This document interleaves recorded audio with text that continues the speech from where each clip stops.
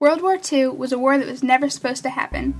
At the end of the Great War, now known as World War I, many countries had decided to never let a war like it happen again. But it did happen.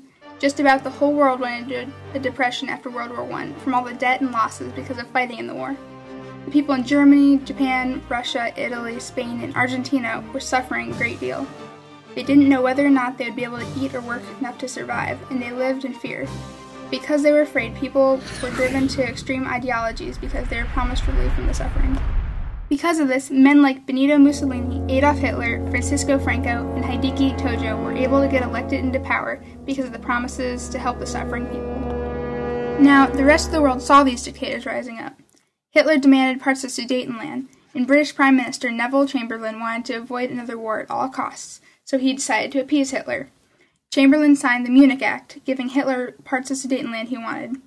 Chamberlain, too, was led to believe in ideology because of fear.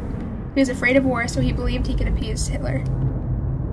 The U.S. also did not want to be a part of another war, and isolated themselves from the war. The U.S. was more concerned with the issue of the Depression at home than being involved in a war. It wasn't until the U.S. was directly attacked at Pearl Harbor that they joined. Pearl Harbor was what got all the Americans together to support the war.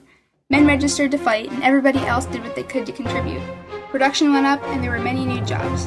The U.S. was able to produce a substantially higher amount of weapons, ships, and other war needs than every other country, which eventually turned the tides of the war against the Japanese and also the Nazis.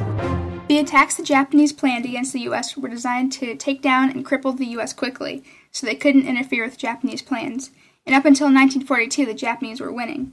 The major turning point of the war in the Pacific, though, was the Battle of Midway, when the U.S. found out about an attack that the Japanese had planned, so the U.S. was able to ambush the Japanese and do substantial damage.